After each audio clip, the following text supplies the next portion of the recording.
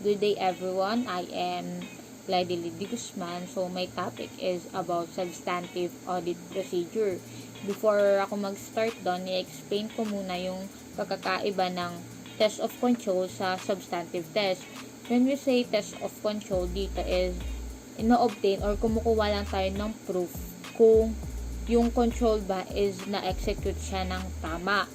While the substantive test naman is dito is nagko-collect tayo ng mga evidence na yung mga journal entries or yung mga line items sa financial statement is nagtutugma or nagko-confirm siya sa source documents or other evidence. Let's start na.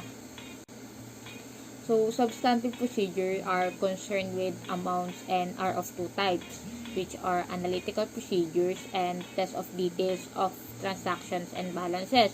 So, yung purpose ng substantive procedure is to obtain audit evidence to detect material misstatements in the financial statement. When performing substantive test of details, audit sampling and other means of selecting items for testing and gathering audit evidence may be used to verify one or more assertions about the financial statement amount. For example nga nito is yung mga existence of mga line items like existence ng accounts receivable or to make an independent estimate of some amount. Yung example nito is yung mga value ng obsolete inventories. So, substantive procedures like test of control and other audit procedures may be described by their nature, timing, and extent.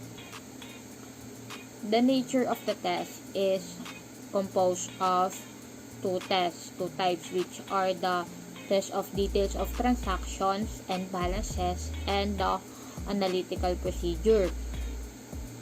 So, the auditor substantive procedure include agreeing the financial statement to the accounting record, examining material adjustment made during the preparation of financial statements, and other procedures relating to the financial reporting closing process.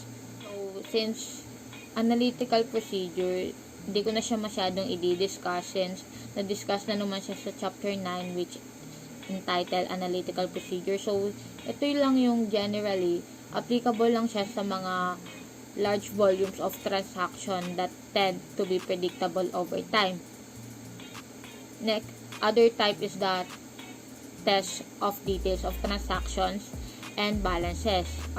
These are audit procedure related to examining the process of particular classes of transaction through the accounting system and are usually performed for accounts such as property and equipment, long-term debt, and equity account. So, yung example ng test of transaction is yung paghahanap mo or pag-search mo for unrecorded liabilities.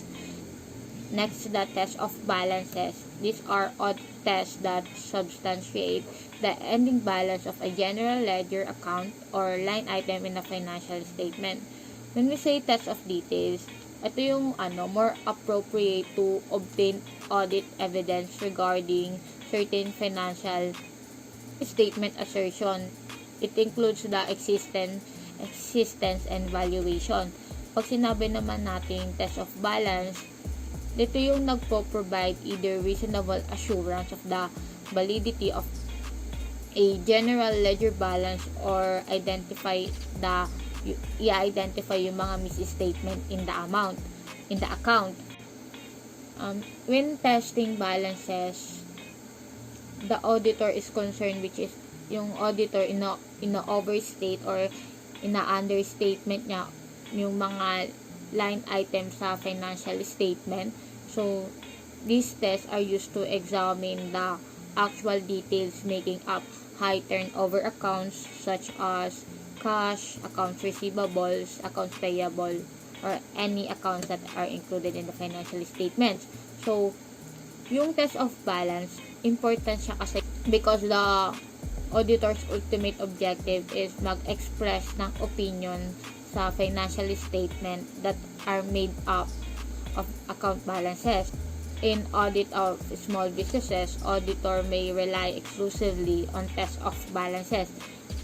Yung testing for overstatement and understatement ng mga accounts is called direction of testing. Like for example, if yung mga liability, equity, revenue balances, tinest mo siya for understatement, and yung mga asset and expenses account naman are tested for overstatement. Then, yung mga balances na yon in the balance sheet or in the income statement will be tested either directly or indirectly for both understatement and overstatement. So, when we're talking about the timing and extent of substantive procedures, there are several considerations in determining the timing of substantive procedures, and in some instances, primarily as a practical matter, substantive procedure may be performed at an interim date. So, only using interim testing procedures will increases the risk that misstatement existing at the period and will not be detected. The risk increases the longer the time between interim and period end. When substantive procedures are performed at an interim date, the auditor should perform further substantive procedure or substantive procedures combined with test of control para makover yung mga remaining period na nagpo-provide ng reasonable basis for extending the audit conclusion from the interim date to the period end. Next is the extent to substantive procedure.